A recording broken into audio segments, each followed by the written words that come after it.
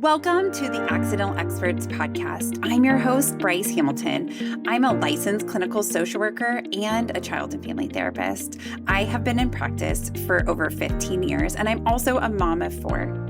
So I know the challenges both professionally and personally. I'm so glad that you're here today to grow your parenting toolbox. Please come as you are and be ready to learn. My goal is to make you the accidental expert so that you can raise healthy humans. Hi, everyone. Welcome back. I'm so delighted that you have joined us today. So we have an important topic. We're going to be talking about consent. And if you guys have listened to me before around consent, you know that this is a topic that is very important to me. And we're going to be talking to an organization that is a nonprofit called the Schools Consent Project. And they're based out of New York in the United States. They also have a division that is in the UK, and they're new as a couple years to New York. And we're going to be talking to Kaitlin Andrews, who is an attorney in New York with years serving as an attorney or a lawyer providing services to children and families, and to be in these cases as an attorney. She is the director of the Schools Consent Project in the US. So this entity, this organization, takes professionals, attorneys, and teaches them how to have these conversations about consent with kids in schools, taking this important topic and giving answers with credibility and understanding the law behind that so that kids can make informed decisions. And this also removes that responsibility from teachers because, let's be honest, this is not their area of expertise. And so we have these amazing attorneys who are going into schools and having these awesome conversations with kids so that they can be educated in life around consent. With that, let's get to Kaitlin. Thank you so much for having me. I'm really excited. Yes. Okay. So we're going to be talking about the School Consent Project. And you're going to talk to us, please, about the mission behind this project and why you believe consent education is so important for young people today. Thank you. So the Schools Consent Project got started in London about 10 years ago. We opened up a New York branch in September 2023. So we're still like new in New York City. Yes. And so what we do is we train lawyers and we bring them into classrooms to talk to kids about consent with the aim of preventing gender-based and sexual violence. So we work with lawyers who are doing their pro bono hours. Some of them are in big law. Some of them are assistant district attorneys or defense attorneys. It's really a wide variety. It's definitely a self-selecting group of lawyers who want to go into a classroom full of teenagers they have never met and talk to them about sex. So, yes. It has to be brave individuals, right? Yes. Very brave. It is a unique opportunity. We actually find that we have a lot of people who have like a personal connection, like whether they've had a sister who's had to testify at a rape trial, or they've had, they've tried these cases. So that's what we work with. We work with lawyers. And we have really honest, open, robust conversations about consent with students in middle and in high school. Since we started in New York, so in the fall of 2023, we've spoken with 12,000 students. Wow. We speak with such a variety of students. We have kids who have had a really robust health, sex education, really robust consent education, and then also kids who don't even talk about this at home, right? So we're trying to meet everybody where they're at and just make sure that we're having like open, honest conversations about these things. Yeah. So can we talk about why, so what does consent mean? Like when we go back to the fundamentals, right? Like what is consent?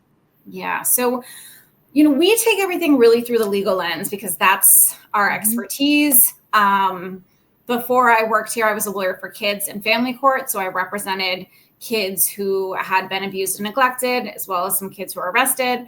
So everything we do is through a legal lens. So the way that we talk about consent is with the 3 C's. We also know Planned Parenthood has the FRIES model, which is like great. The way that we define consent is choice, capacity, and communication. So it's having a safe choice. Are you free to leave a situation? Are you able to revoke your consent? Is there violence or is there a threat of violence? Capacity a lot of times is, are you sober? Are you drinking? Are you high? Are you of age? The age of consent in New York is 17. The law says if you are under the age of consent, you do not have that C of capacity to consent. And then communication.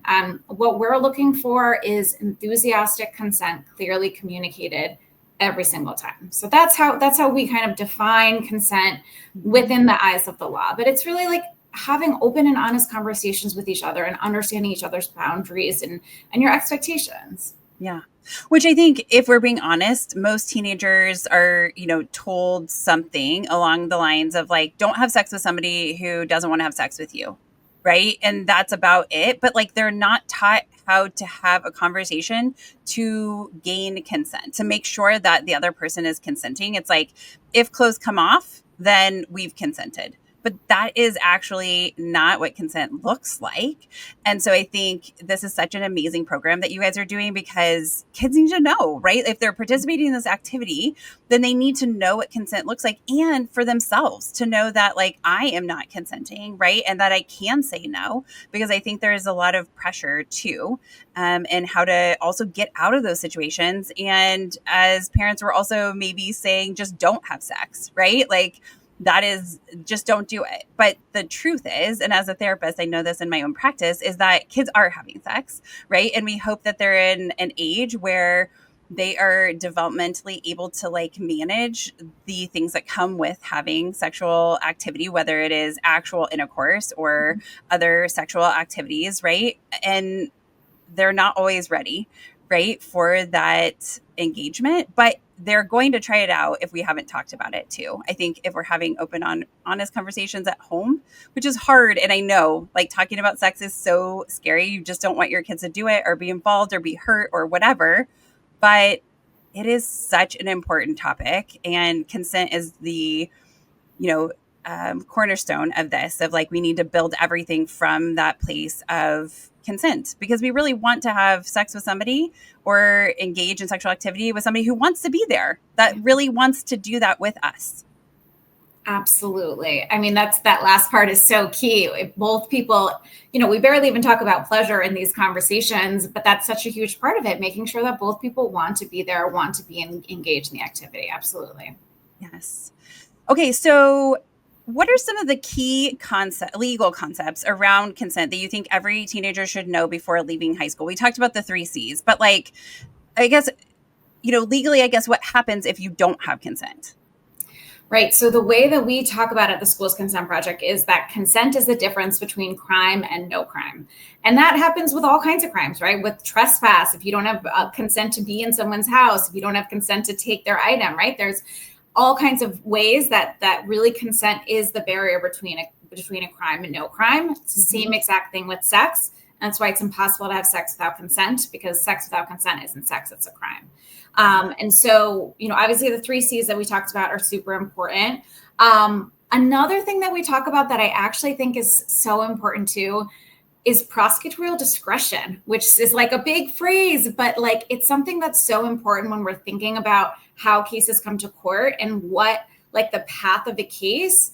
And, the power that police and prosecutors have when they're making these determinations about who gets arrested, which case actually goes to court, then judges down the line, and defense attorneys. And one of the reasons that we talk about that is to try to get away from victim blaming, because it's really not the kid or the kid's parents that's going to decide what happens with the case. It's all of these lawyers and police officers. And, I live in New York. I worked in family court for a number of years. We know that the system is biased. We know that poor Black and brown families have disproportionate contact with the criminal justice system. And I think it's really important to think about who's in charge of making those decisions when you're thinking about cases, because every case is so unique. And it's really impossible to talk about every single possible range of outcomes, right? And then another thing that we talk about, we have a whole workshop now just about sexting. So child pornography, revenge porn. all of that stuff. I mean, and we could talk about it for hours because there's so much.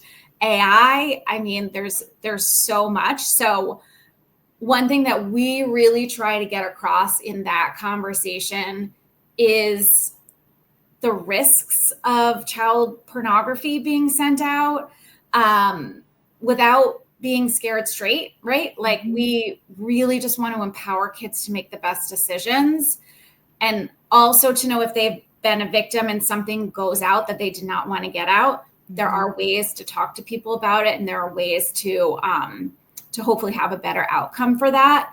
So that's definitely something where we've really had to beef up our conversations about everything related to sexting, because there's so many questions that we get from the Bronx to the Upper East Side, wherever we are, we get the same questions from the kids, because there's the technology and the law are both just moving so quickly in that area. Yes. Yeah. So what is defined as child pornography? Because I think this is also something that can be really confusing, because maybe somebody willingly takes a picture of themselves, they're 13, and then they distribute that. And I think, kids are not thinking about what child pornography really is. So can you define that for us? Yeah. So the way that we define it is we kind of combine a bunch of different laws together. And we generally say, ask for, possess, or distribute an image or video of a sexual act or genitals of someone under 18.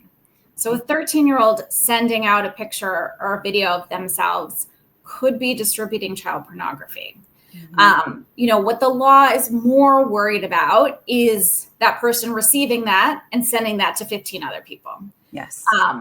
And what the law is also even more concerned about, there was a case in New York that came out last year that we talk about in class, because I'm a law nerd and I get really excited when there's case law that comes out and that really is on point about what we're discussing. And the law was not really designed to care that much about people in a relationship sending images.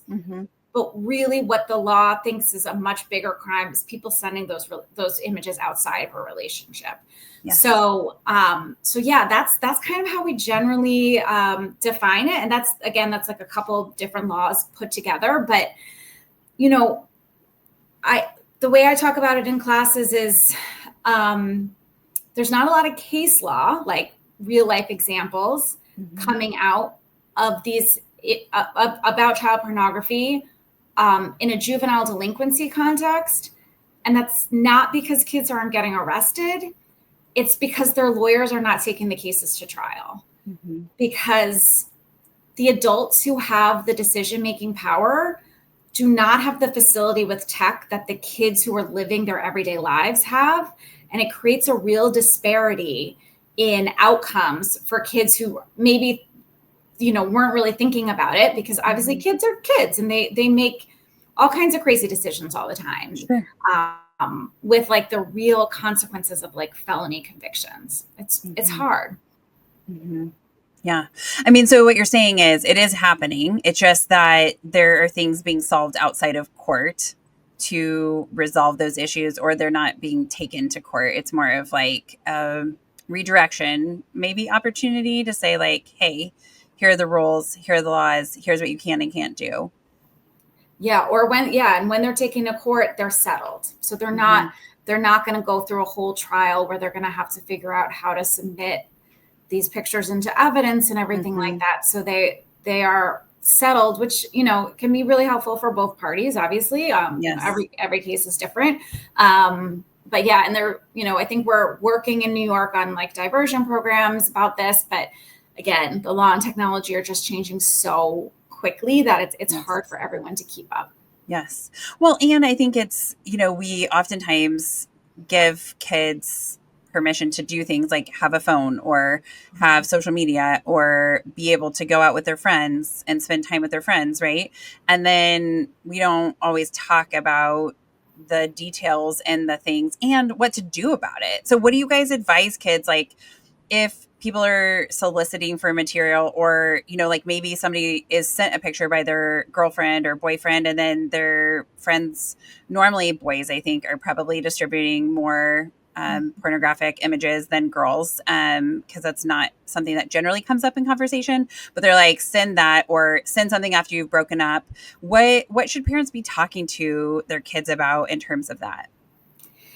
Yeah, it's a lot. I think, we kind of talk about harm reduction. So if you are in a relationship and you are sending images and you break up, delete the images, right? Like there's some really basic stuff, and we are not giving legal advice in these workshops, right? So we're not going to give specific advice in these workshops, but when kids ask, somebody sent me something that I did not want and I did not ask for, we turn to the group and we say, what do you do with that? Like you delete it, you talk to someone, you talk to a parent, you talk to a teacher,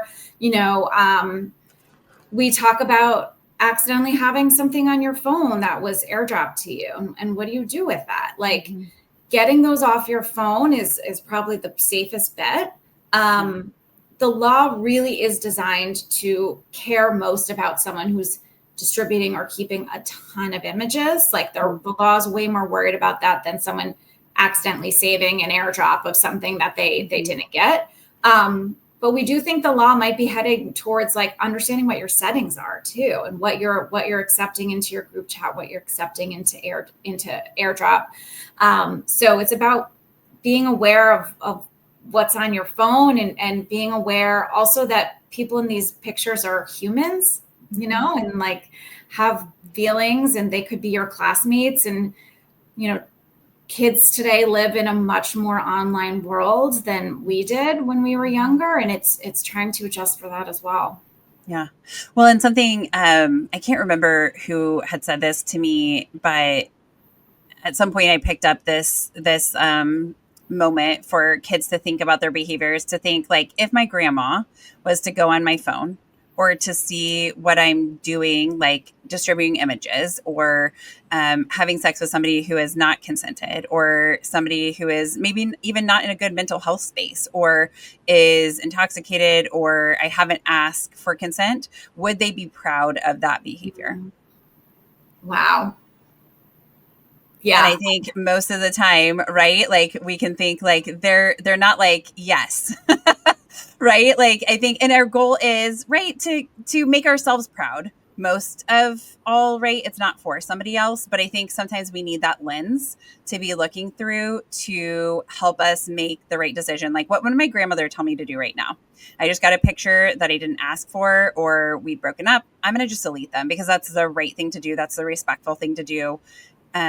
We're not going to talk to my grandma about why I have the pictures to begin with, but we're going to just delete it because that's the right thing to do. And I think remembering that we're all human is such an important piece of this, of we are also human. And so like, would we want somebody else to do that same thing to us, to violate that perceived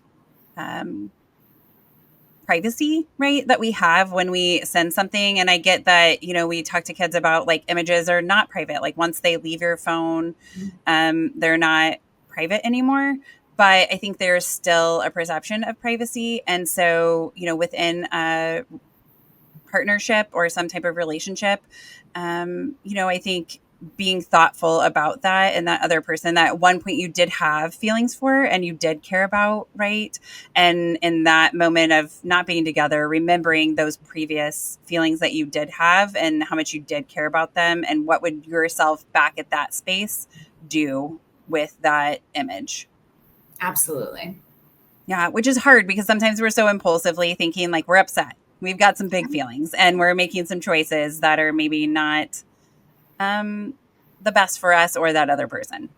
Right. And we all know, I mean, we've listened to your podcast. We know that teens' brains are not fully formed, right? Yes. Until their mid-20s. We know that, the impulsivity is there. Yes. Yeah. You think it, you do it. I mean, and it's hard because our frontal lobe is so important to decision making and long-term thought about our behaviors. But yes, rest assured at 25, we're going to get there. But until then, right, when we finish adolescence, we've got some, we got to help our teens out. Mm-hmm. Yeah. Okay. So talking about, when we approach teaching boundaries, and boundaries can also look like how we define consent. but just generally boundaries, both identifying our own and respecting other people's. What do you think? How can we talk about that in a way that resonates with teens? Like, what do you think really matters to them? Yeah. Wow. We do kind of like a bystander intervention in the schools consent project workshops, where there's a girl, her name is Sasha. She's passed out drunk on a couch, and a boy puts her hand up her skirt. And what do you do in that moment? And that becomes such an important moment in the class for kids to recognize their own boundaries, and also to hear from the community about what they think. Yeah. And a lot of times we just sail right through that. Everyone gets it, help get her out of there, get him out of there, get her home, whatever. But plenty of times there are boys, and it's not always boys, but it's mostly boys. And, obviously we know we don't live in a binary society. We know that there is all kinds of interactions and relationships. But we also at the same time know that girls and women are much more likely to be the victims of sexual violence perpetrated by boys and men. So that becomes a moment where boys can kind of poke and prod a little bit and try to test girls' boundaries just in conversation. And it becomes such an important moment for boys to hear from girls how they expect to be treated. And what their expectations are in relationships, and what they will not accept from their partners. And so again, I think like having open conversations about this is so important to figure out what your boundaries are and what you expect in a relationship. Yeah. And it's really just an ongoing conversation that kids need to have, and they need to think through what they value in a relationship and what they value out of a partner. Mm-hmm. Yeah.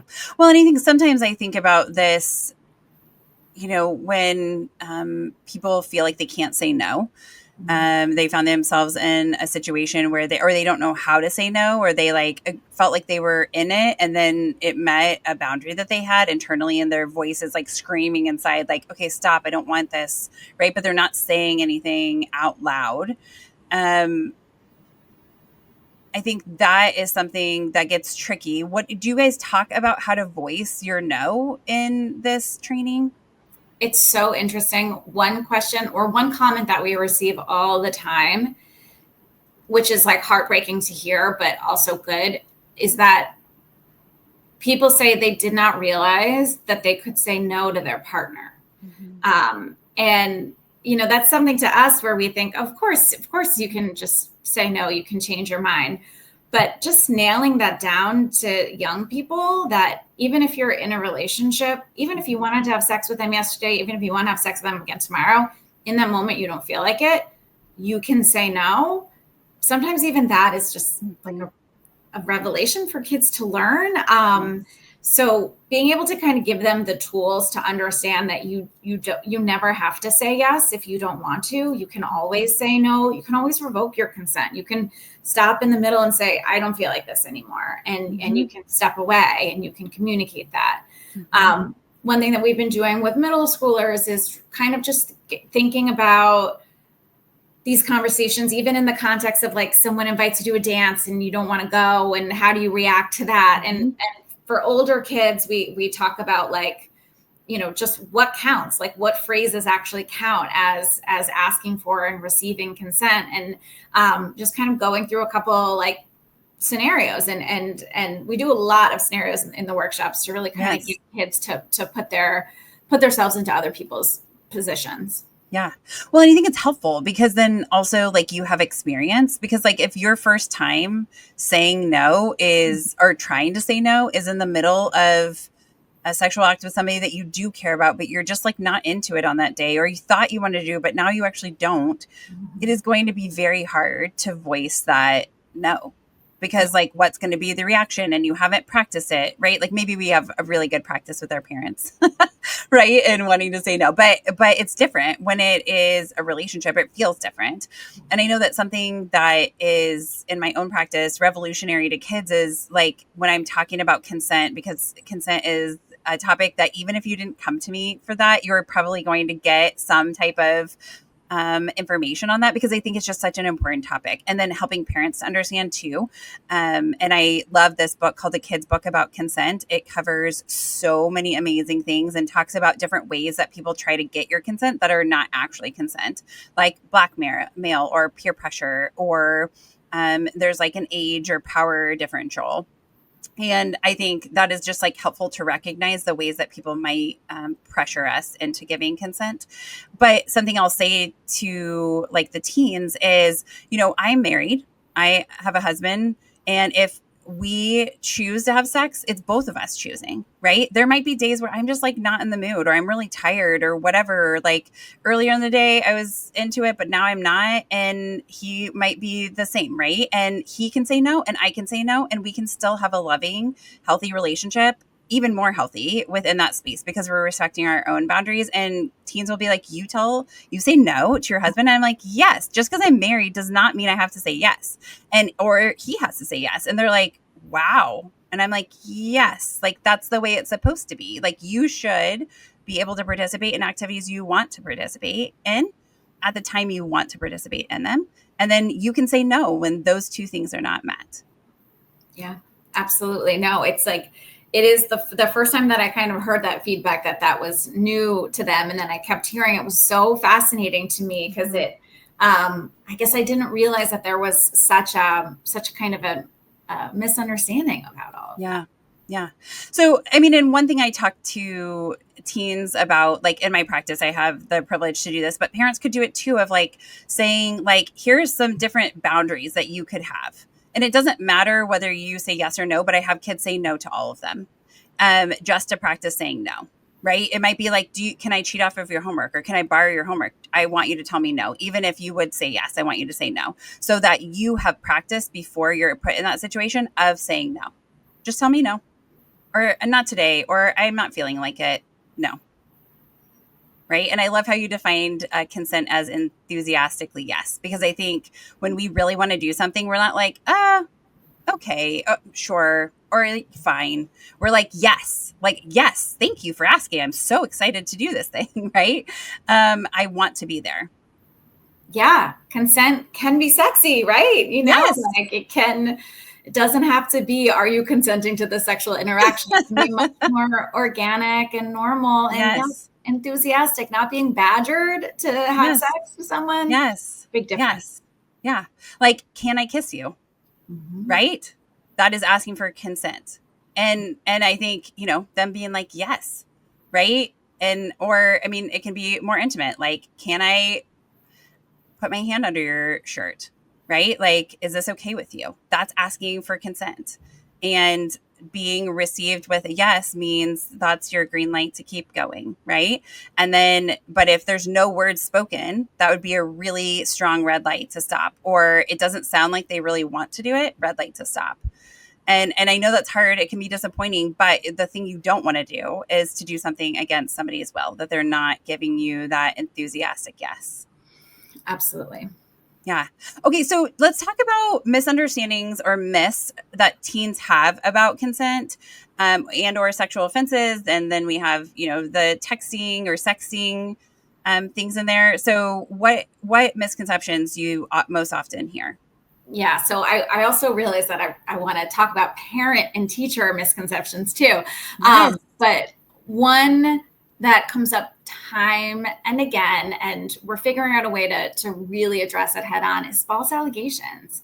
And I listened to your fabulous podcast with, she's right behind me, this book about Title IX conversation. Oh my gosh. Yes. This amazing book, On the Wrong Side. And I took so much out of that conversation, out of that book, about false allegations and just, in the world, like there's a lot that kids are hearing about sexual violence generally. Yes. And there is a myth that there is a conspiracy of girls and women who are going out to ruin boys' lives with false allegations. Mm-hmm. It is a myth. We know that there is always going to be a certain percentage of people who lie about being the victim of a crime. They can lie about being victim of robbery, whatever. Mm-hmm. We know that there is zero evidence that women are disproportionately making up being the victims of sexual violence. We know that the opposite is true. These crimes are significantly underreported at every single level. And I think about that book all the time when I'm thinking about this. That is just something that boys and girls both ask me about and both think about a lot, that there are girls just constantly lying about this, and it's just not true. We also know, really, from that book was like so fabulous about that, that it's really a myth that men's lives are ruined. I think we can all think in our head about several men in positions of power who have been credibly accused or convicted of sexual violence, whose lives are not ruined right now. Mm-hmm. Or maybe they're starting to be ruined, but it took a long time to get there. Yes, many offenses, right? Lots and lots. Mm-hmm. Yeah. And the kids see this world that we live in, right? Mm-hmm. They understand, and they ask questions about that. And those questions are difficult. Like, why does this politician in a position of power, when, they have felony convictions, those questions are hard to answer. And mm-hmm. it brings up really tricky conversations. One other thing that I thought has come up several times, both in parents and kids, around texting is no face, no case. The first time I heard that, I was like, oh, wow, that's really interesting. So the law doesn't say that, right? Maybe as like a harm reduction model, you're keeping your face out of these pictures that you're sending. But the law around revenge porn, image-based abuse in New York, really says that if a person is identifiable, even if their face isn't showing, then that still can be used to prosecute those cases. And one other thing that has come up from parents and from kids and from teachers is this idea that boys should record their partner saying that they're consenting to have sex before they engage in sex. And it's kind of taken me a while to think through like the best way to respond to that. Number one, that doesn't sound like a great relationship to me, mm-hmm. that you feel like you need to record your partner having sex because you're so worried that you're going to be prosecuted for something. Mm-hmm. It's not great. That doesn't feel also like enthusiastic consent to me. Yes. Mm-hmm. And thinking like realistically as a lawyer about that maybe that's one piece of evidence. Maybe there's 30 people who would testify that girl was drunk that night, so I think we kind of need to get away from that mentality, which also obviously ties into false allegations as well. But those are just interesting things that have been coming up more and more this year. Mm-hmm. So, excuse me, one thing when I interviewed Nicole about this idea of sexual violence, right? And I went into the conversation thinking that we would talk about prevention too, right? And there is a piece of that, but I think, I learned so much about sexual violence and about what it is not. And one of the things that she brought up is that out of everybody she interviewed, and she has been studying this for over 10 years. I don't know the exact time frame, but a lot of time that she has been studying this area. She was talking about every single male, because it was mostly males who were violating females or girls, and they all knew that what they were doing is wrong. Mm-hmm. Right. And so that part has really stuck with me because it's not like I didn't maybe know that, but like concretely with her data of every interview she did, each male knew that what they did was wrong. And so that piece to me is also, I think, a myth is that they didn't know what they were doing was wrong. They thought that they had consent. But I think, when I ask somebody like, hey, I'm going to use a totally different subject matter, but I'm like, hey, do you want to go to lunch? And they're like, I know they're not like in that. Right. So I'm like, what's up?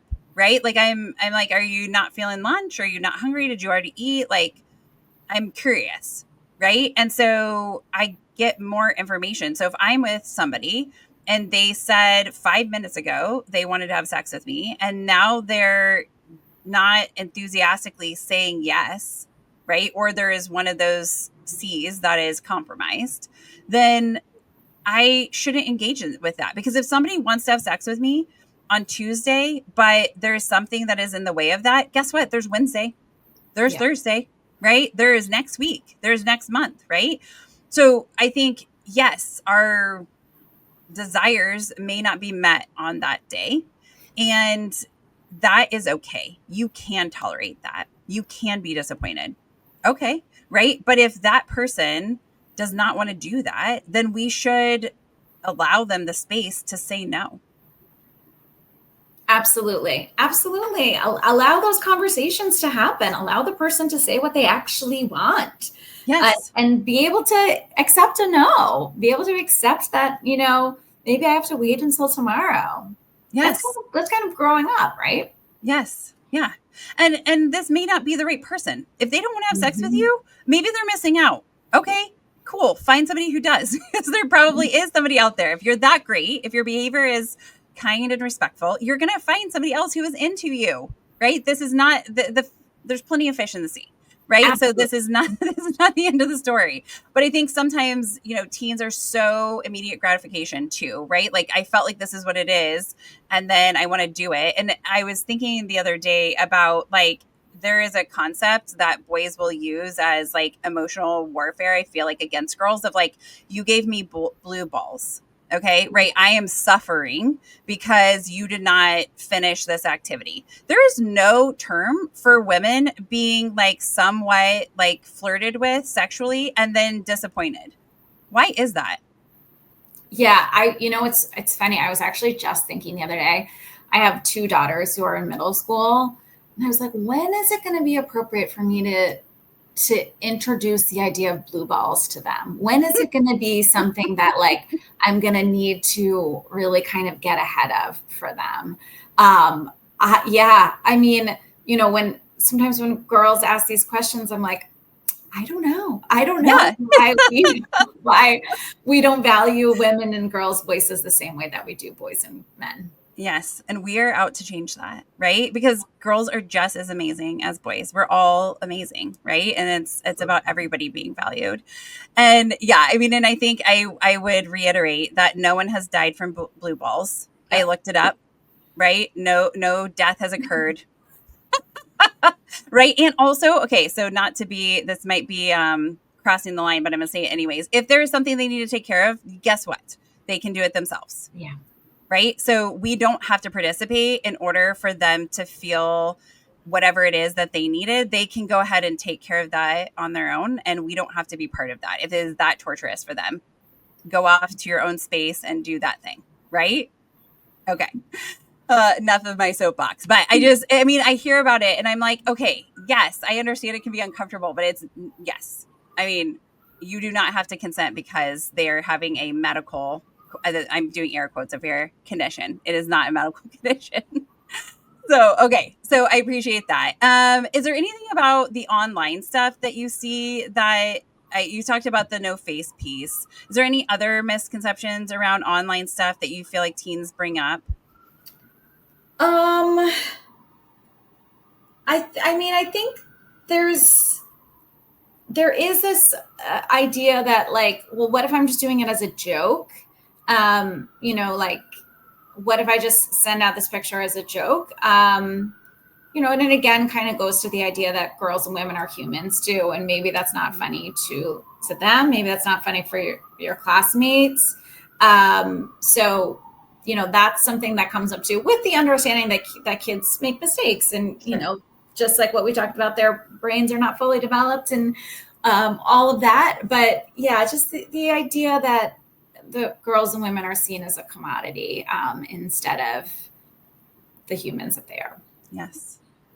Okay, so we kind of talked about this, but is there a way that your program focuses on building confidence around speaking up, whether it's about boundaries or being able to intervene on somebody else's behalf?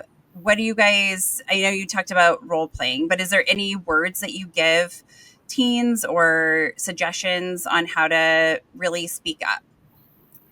Okay, so this is going to sound crazy. Whenever I'm in like a small group, when I'm doing a focus group or I'm at like a conference or a panel, I always talk about the importance of romance novels and like media, boys watching media that's directed at girls, watching rom-coms, like watching this as like fantasy, right? Mm-hmm. Like how girls want to be treated, how they expect to be treated.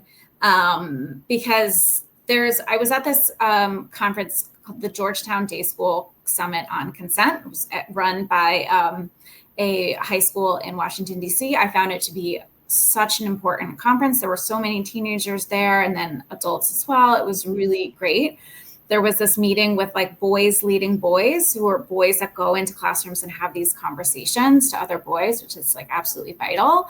And they were saying that there's a lot in media about how these consent conversations go wrong, but they weren't finding it for ways to have these conversations. And I was like, watch a rom-com, like read a romance novel. Like, you know, you have to dip your toe into culture that is directed at women and girls. Mm-hmm. And same thing for women and girls to read those and have an understanding of what they want and what they expect. But just in the classroom, we do that bystander intervention. We do make sure to answer every single question that is asked by the kids. That's something that I really value. And if we don't get through all the material, we'll come back and we'll have another conversation. But giving kids the space to ask someone who is not their gym teacher, it's not their English teacher, it's someone that they may never ever see again. So they don't have to be afraid that we're judging them. And we're not judging them. We're really there to have just open and honest conversations with them. So being able to give kids a space at the School's Consent Project in our workshops to have those conversations, I think really does build their confidence in how to have these. And just like we were saying before, just like practicing these scenarios in the classroom so that they will kind of understand it more when they see it in real life is vital. Yeah. Well, and I think that's so important because I think there are like situations where I think about like stories that I've heard or research that's been done where like people yell for help. Right. Mm-hmm. And sometimes people, excuse me, will like turn and walk away or like be like, I'm not getting involved. Right. But if people yell fire or fight, people tend to respond. Mm-hmm. So I think there is also this piece of like teaching people how to respond in those situations of like somebody else is not going to take care of it. Right. It is your job as a human being with this other human being to stand up for what you know is right or what you would want done to yourself. Even if you're like, she keeps getting drunk and passing out on couches. Okay. Well, why, when we're sober, we could get curious about that. Right.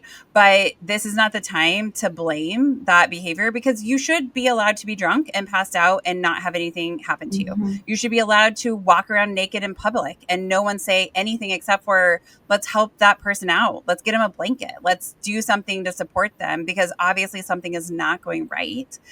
And so I think it's also our perception around that. And even as women, sometimes we judge other women about their behaviors. And it's because it's really uncomfortable for us too, right? We maybe don't know what to do or we don't want to get involved. It's like too messy or maybe it'll come back on us or whatever. Do you hear students talking about, ramifications of like them standing up for other people or doing the right thing? Oh, all the time. And a lot of it is like boys feeling judged by other boys. Mm-hmm. And if Sasha is dating my friend, I don't know, maybe that's their thing. I wouldn't want to get involved. I wouldn't want to say anything. Like we get that a lot. And, this is part of a larger conversation about healthy masculinity and how to express all of that in a way that's not harmful to girls and women. It doesn't have to be. And we could talk about that for another 3 hours. But yeah, I mean, we definitely see a lot of, really honest questions from kids, from boys who are struggling with how to deal with how they might be viewed by boys if they stick up for a girl that they know. Mm-hmm. Well, and I wonder if the perspective was this, instead of it being, I mean, you're sticking up for the girl, which I agree, but what if it's that you're protecting your friend, right? Mm-hmm. So if you're a guy and this is your friend who's a guy and you are aware that somebody could claim something, right?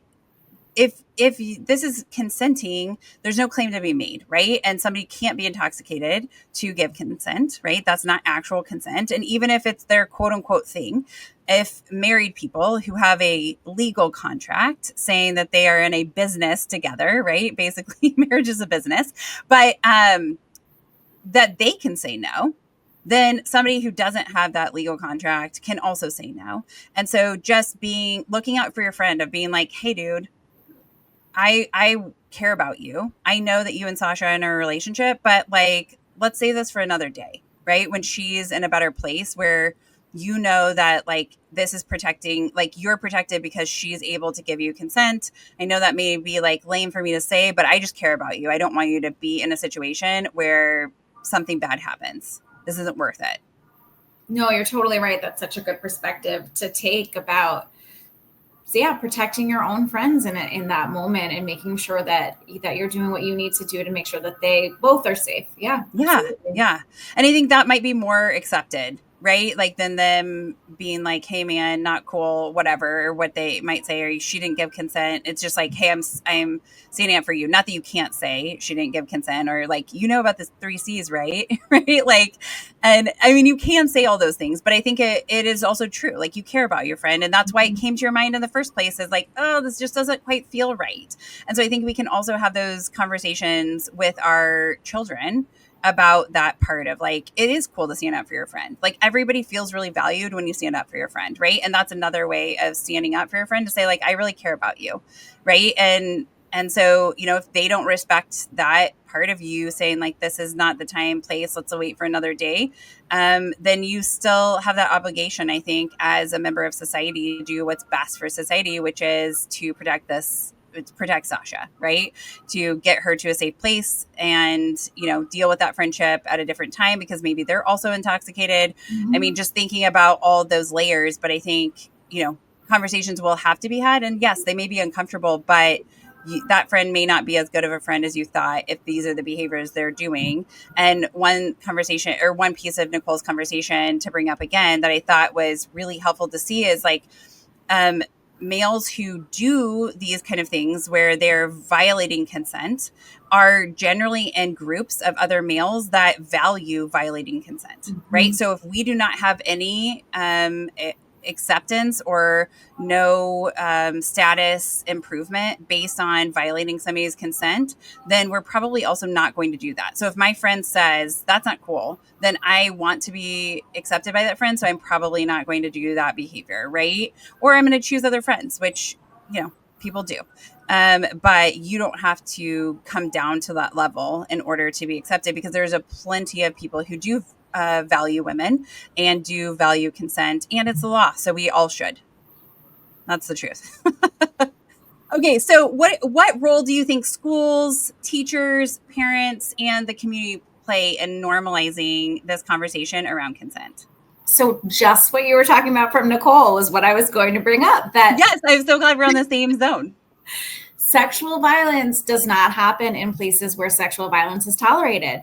If it is not tolerated in your group chat, in your classroom, in your grade, in your school, in your community, then it's not going to happen. And so same thing in your home, in your family, if it's really something that is not tolerated at those small levels, then that comes outwards. So I think it is so important for people to have these conversations in their small communities and have it grow out from there.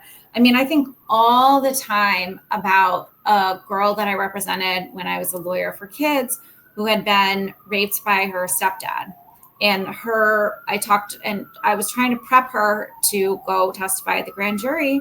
And she told me this lengthy story about a fan fiction that she'd written about unicorns, but could not tell me the physical act that had happened to her. And I spoke to her mom later, and her mom had been raped when she was a teenager. And the way that she decided to deal with it was to not tell her daughter what sex was. Not talking about sexual violence will not prevent sexual violence. Mm-hmm. Making sure that people are able to have a space to have these conversations, to understand what is happening to them, is going to be the best way to really prevent these actions. And that happens at all levels. And I think there is, a responsibility to understand what your kids, just like we were talking about, to understand what your kids are doing when they're not in your face, they're not right in front of you. And I think that their actions outside of the home, definitely have an impact on what's happening inside the home, but just understanding what they're doing is so important. Yes. Well, and I think naming body parts with their correct terminology, vagina, penis, labias, right? Buttocks, right? Rectum, anus, right? Like those kind of things. And talking about, what sex is, right? Like so that they know what that is. Because I think kids are also just like, when they don't know something, they're more likely to agree to something that they don't know, or give what is perceived as consent, right? But they can't really consent to something they don't know what they're consenting to. But that doesn't keep them from engaging in activity. So I think it's our responsibility also as parents to give this information and early. Oftentimes parents, I think, are late to that conversation because they're feeling uncomfortable. And I absolutely understand. I get it, right? But if you knew that protecting your kids meant giving them this information, I know you want to do it. And you can say, it's hard for me to talk about this, or this isn't how my parents handled it, or I'm really not sure what I'm doing here, but here are some books, and I'll link some books in the show notes so that you guys can check them out. And I get that there are things that we don't feel comfortable talking about, but either you are going to educate your kids or somebody else is going to educate your kids. And I don't know about you, but I want to be the person that is giving that education to my kids. And by doing that, they come back to me to ask more questions. Like, what is this thing, right? When I have given them the words and the language and they know that I'm a safe place to talk to about it, they're more likely to come back and talk more about it. Absolutely. Absolutely. And not shutting them down when they do want to have that conversation. I mean, listen, I feel like sometimes the thing I say to my kids the most is just give me a second. And, I know we're doing a million different things at the same time, but when they're coming to you, just try to do the best that you can do to just take that opportunity to make something of that conversation in the moment when they're ready to have it. Yeah. And I think, yes, oftentimes I feel like my kids ask me things when I literally have no minutes, like I'm in the middle of making dinner, or I'm in the middle of like getting ready to leave. And I think that if we can also, I think, embrace the moment, right? Because they're telling you they're ready. They need information. But I think the other piece is like, if truly you're getting ready to walk out of the door, you can't delay that. You can say, hey, this is really important to me. I appreciate you bringing this information to me. I want to have this conversation with you. Would it be okay if we did that tonight when I got home from work or after school or this weekend, right? And set a time or a date, right? And say, I blocked off on my calendar this time for you. I want to have this conversation with you so that your kids know that you really are going to value this time and conversation with them. Absolutely. Yeah, absolutely. Well, and it's hard because like you said, we're just like in such a fast moving world and there's so much going on and we get distracted and forget. And then our kids, sometimes they remind us, but sometimes they go on and figure it out on their own, which sometimes can be great. But if it's something about sex, body parts, consent, we really want to embrace that. And I think, we can start talking, giving people, our children, the words, the language for body parts where it's like, okay, that's your penis, right? Or those are your labias. And then that part can be done as tiny kids, right? Where you're just naming that. So I think it can also be a building thing where it doesn't have to be so overwhelming because you're feeling like you're dumping a bunch of information. But it can be a progression where you're slowly giving information or like, have you ever heard this word before? and then seeing what they know and then describing what you know and talking to them about that. Sometimes cars are great places for conversations, right? Because we're all like hostage in there. But I think it's good. And I think schools giving information is actually good for kids because it helps kids stay safe and to know what is going on. For sure. Yeah, absolutely. I mean, just coming into classrooms all over New York City, I think is great to have to start these conversations or to pick them up in the middle, wherever these kids are in their journeys towards this. But yeah, being able to meet kids where they are is so important. Yeah. Okay. So if we don't live in New York and we don't have access to this amazing program, which I'm going to ask you like, okay, how do we get this program in our areas? What can we do? I'll ask you that first. So reach out to me. So I do parent workshops as well. That's actually been really growing this year because I think it's such a great complement to what we're doing in the classroom to make sure that the parents have a sense first of what their kids are learning, but also how to talk about these things themselves and what the law is themselves. And, good place to like come to just fix any kind of miscommunication. At the end of my parent workshop, I go over like frequently asked questions that kids have. And I think it's so cool for kids to hear what for parents to hear what their kids are talking about. And like, oh my gosh, the questions that are on these kids' minds are really complicated and intense. And so I do parent workshops for anybody. And, if you live in New York, right now we're just in New York City, but we are considering expanding beyond New York City into other parts of New York State. If you're in a neighboring state, reach out to me as well, because we are definitely thinking about ways to kind of expand this work beyond New York City. So I'm always up for a chat with anyone who is interested. That's amazing. Okay, so thinking about what can we do going forward, right? As parents, we heard all of these amazing pieces of advice, understanding what the law is, what consent is, the importance of talking to our kids. What do we do first? Like, how can we do this type of education at home if we don't have access to your program, besides attending your parent workshop, which I'm like, yes, I'm going to blast it all over the place. So you're going to have so many people that are like, sign me up. But talk to me about like, what can we do in our homes starting today? I mean, I think you just went over a lot of really great steps, having honest conversations with kids about what their body parts are, going over ways for them to say no. I mean, my kids have no problem saying no to me, but, being able to expand that beyond that, I think is really important. I think also like there's very basic steps about like understanding what's happening on their phones. Like I am a geriatric millennial. Okay. I am a Luddite. I have to learn all of this stuff for my job, but it does not come easy for me to think about, Snapchat, you get a notification if somebody takes a screenshot, but you don't get a notification if someone saves it as a sticker, like all of this facility with tech that young people have that we don't have. Yes. But you can make sure you're checking what's going on your kid's phone. You can make sure they're looking at who they're on their group chats with. You can program your phone so so they are only on group chats with people they know. Like there's all kinds of really preventive measures that we can take with the tech that we have given our kids and really entrusted our kids with, that I think goes a long way when we're thinking about like keeping kids safe online. There's a million things that we can do. And yes, there are probably a million ways that they can get around it, but we have to try, and we have to try at least to have an understanding of the world, the online world that they're living in every day.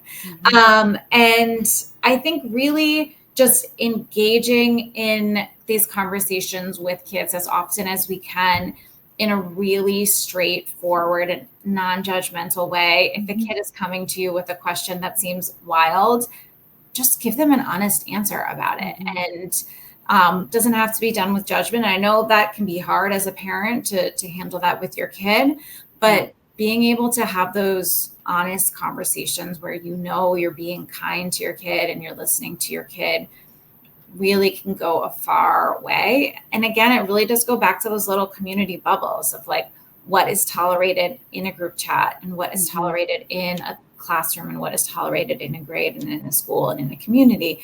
And so making sure that you are not setting a bad example by, what kind of bad joke you're laughing at, or what you're kind of letting roll off you when it's something that could be really serious and could be taken in a different way. Just really making sure that you're setting a good example in the conversations that you're having about girls and women to young boys is also really important.